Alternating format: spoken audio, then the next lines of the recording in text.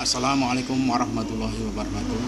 Jumpa lagi dalam BIMTEK seri panduan pembelajaran tahun ajaran 2021-2022 untuk guru. Kali ini kita menuju ke materi prinsip dan strategi pembelajaran tahun ajaran 2021-2022 untuk guru.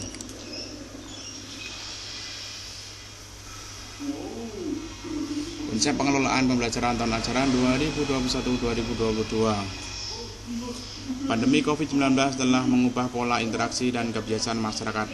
Dengan adanya risiko penularan, maka praktek penyelenggaraan pembelajaran membutuhkan penyesuaian untuk memastikan keselamatan warga sekolah. Karena kondisi demikian, lahirlah konsep pembelajaran tahun ajaran 2021, yaitu pembelajaran yang dilakukan oleh guru dan tenaga pendidikan yang mengacu pada 1. Kebutuhan peserta didik, 2. Protokol kesehatan, 3. Kurikulum kondisi khusus, 4. Prinsip pembelajaran, 5. Tetap adaptif terhadap dinamika kondisi pandemi COVID-19.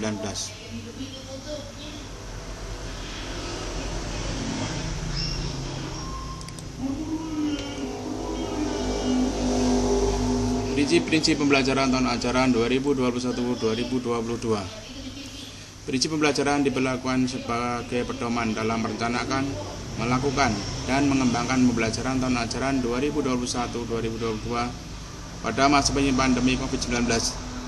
Kepala Satuan Pendidikan dan guru diharapkan dapat menilai kesesuaian praktek pembelajaran yang terjadi dengan prinsip pembelajaran untuk memastikan semua peserta didik merasakan manfaat pembelajaran di tahun ajaran 2021-2022. Dengan demikian, guru dan kepala satuan pendidikan memiliki acuan dalam melakukan perbaikan praktek pembelajaran sesuai prinsip pembelajaran yang telah ditetapkan.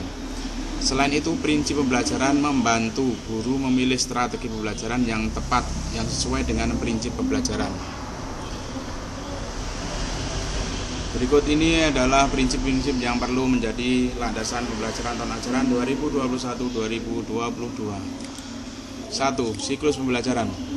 Siklus pembelajaran menggambarkan hubungan tiga komponen penting, yaitu kurikulum, asesmen, dan pembelajaran.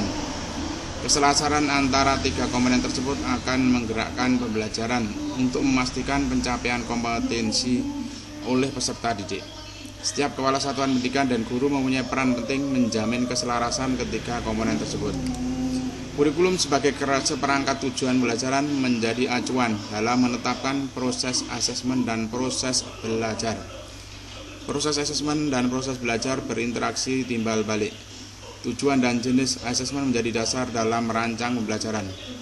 Hasil belajar akan dinilai dalam proses asesmen. Hasil asesmen digunakan untuk menyesuaikan pembelajaran. Pada ujung akhirnya, pembelajaran dan asesmen akan menjadi umpan balik untuk pengembangan kurikulum. 2. Prinsip pembelajaran. Prinsip ini merupakan prinsip kedua yang perlu dipahami oleh guru sebagai landasan pertimbangan sebelum menentukan strategi dan metode pembelajaran, di mana pembelajaran haruslah berorientasi pada anak, berorientasi pada keterampilan hidup, bermakna dan berdiferensiasi, memberikan umpan balik dan inklusif. 3. Prinsip asesmen. Hal yang perlu dipahami guru dan pendidik mengenai asesmen antara lain: prinsip asesmen. 4. Pola pikir bertumbuh pada asesmen pun terus dipertimbangkan sebagai landasan guru dan peserta didik dalam melakukan asesmen.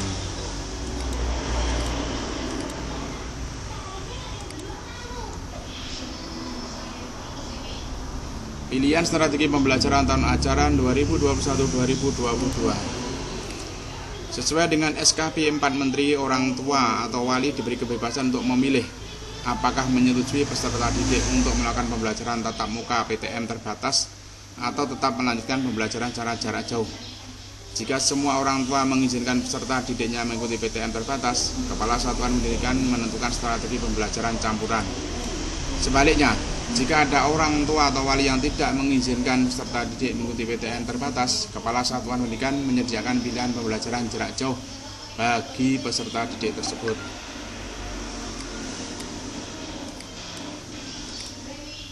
Pada dasarnya, pembelajaran di masa pandemi COVID-19 melibatkan dua strategi pembelajaran, yaitu 1. Pembelajaran campuran. Pembelajaran ini menggabungkan PTM terbatas dan pembelajaran jarak jauh atau PJJ. 2. Pembelajaran jarak jauh. Pada masa pandemi COVID-19, pemilihan strategi pembelajaran campuran direkomendasikan karena merupakan strategi yang dapat dilakukan untuk tetap menghadirkan pembelajaran yang berkualitas di tengah pandemi. Pembelajaran campuran menjadi solusi untuk mengatasi keterbatasan waktu, jumlah guru, sarana dan prasarana, serta kondisi darurat terkait pandemi. Lalu apa saja metode pembelajaran yang dapat dilakukan dalam PTM terbatas ini dan PJJ? Apa yang membedakan keduanya? Dalam pelaksanaannya ada beberapa rekomendasi metode yang perlu dipertimbangkan untuk dilakukan baik dalam PTM terbatas maupun PJJ. Mari kita pelajari apa saja metode-metode tersebut. Rekomendasi metode PTM terbatas: praktek, diskusi, refleksi, umpan balik. Pada pembelajaran tatap muka terbatas yang dilakukan secara tatap muka langsung di kelas, guru diharapkan menggunakan kesempatan lebih banyak untuk berinteraksi secara langsung dengan peserta didik dan memberi kesempatan pada peserta didik untuk dapat berinteraksi langsung dengan teman sebaya dengan tetap menerapkan protokol kesehatan. Anda dapat menekankan terbangunnya komunikasi, rasa saling percaya, menyampaikan umpan balik, bahkan memberikan motivasi pada murid yang selama ini seringkali absen dalam PJJ pada masa pandemi COVID-19. Rekomendasi metode PJJ. 1. Pembelajaran mandiri, self-paced. Yang kedua, observasi, wawancara. 3. Proyek, tugas kelompok, dan lain-lain. Keempat, refleksi personal. Rekomendasi strategi PJJ. Strategi PJJ dapat dilakukan dalam berbagai pilihan penggunaan teknologi. 1. Teknologi pembelajaran. 2. Teknologi interaktif. 3. Teknologi komunikasi satu arah. 4. Guru kunjung.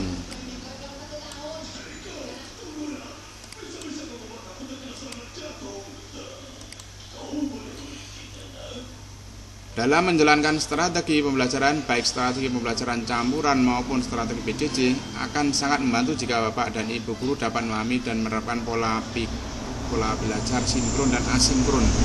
Apa yang dimaksud dengan pola pembelajaran sinkron dan asinkron? Pembelajaran sinkron dan asinkron dalam strategi pembelajaran campuran.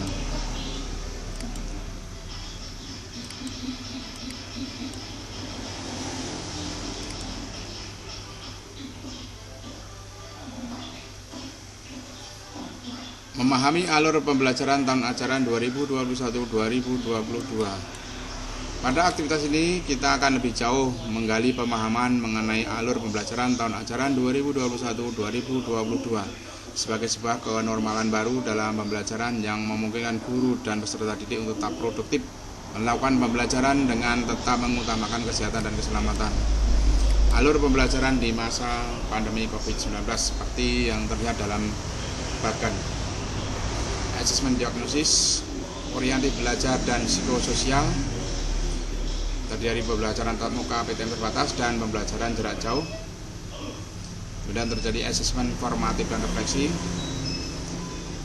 Hasilnya perbaikan atau pengayaan pembelajaran tatap muka terbatas maupun PJJ. Asesmen sumatif. Asesmen diagnosis. Asesmen diagnosis dilakukan sebelum pembelajaran untuk mengetahui kondisi psikososial dan penguasaan pelajaran oleh peserta didik sebagai dasar bagi guru dalam melakukan penyesuaian tujuan asesmen dan strategi pembelajaran.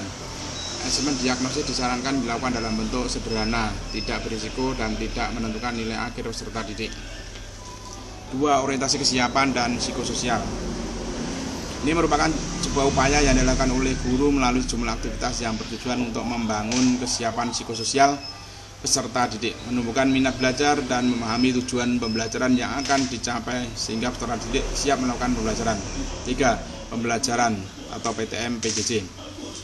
Serangkaian aktivitas baik pembelajaran tatap muka maupun PJJ dirancang berdasarkan hasil asesmen diagnosis untuk mencapai tujuan pembelajaran. 6. Asesmen sumatif. Serangkaian aktivitas dilakukan untuk menentukan penguasaan tujuan pembelajaran oleh peserta didik di akhir alur pembelajaran.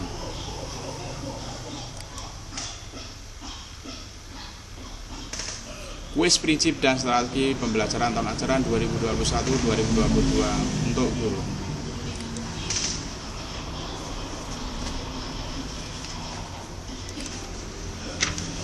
Pembelajaran di masa pandemi COVID-19 mengacu pada kesehatan dan keselamatan seluruh warga sekolah. Benar. Pada pembelajaran di masa pandemi COVID-19, satuan pendidikan dapat memilih kurikulum yang hendak digunakan, yaitu kurikulum 2013 atau kurikulum kondisi khusus. Pandemi COVID-19 yang tidak menentu membuat satuan pendidikan perlu adaptif dalam mengantisipasi perubahan yang mungkin terjadi, termasuk adanya varian baru COVID-19. Benar. Kepala Satuan Pendidikan dan guru berperan penting dalam menjamin keselarasan hukum, kurikulum, asesmen, dan pembelajaran. Benar. Pada pembelajaran di masa pandemi COVID-19, orang tua diwajibkan untuk mengizinkan anaknya mengikuti PTM terbatas dengan protokol kesehatan yang ketat. Salah. Strategi pembelajaran di masa pandemi COVID-19 mencakup pembelajaran campuran dan pembelajaran jarak jauh. Benar. Pada PTM terbatas, kegiatan pembelajaran yang dapat dilakukan guru, penjelasan materi, dan penugasan. Salah. Pada pembelajaran campuran, guru akan kesulitan jika peserta didik tidak memiliki fasilitas teknologi yang menunjang pembelajaran. Salah. Guru Rani mengajar kelas 5 SD. Pada pembelajaran jarak jauh, guru Rani melakukan sesi belajar melalui Zoom bersama murid-muridnya.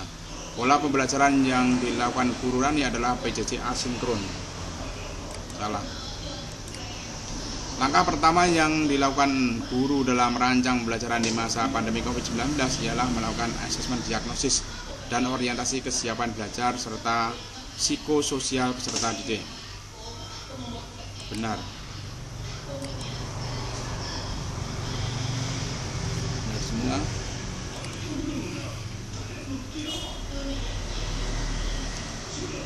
Refleksi dan perayaan belajar 3. Prinsip dan strategi pembelajaran tahun ajaran 2021-2022 untuk guru. Demikian tadi materi prinsip dan pembelajaran strategi pembelajaran tahun ajaran 2021-2022 untuk guru. Sekian, Assalamualaikum warahmatullahi wabarakatuh.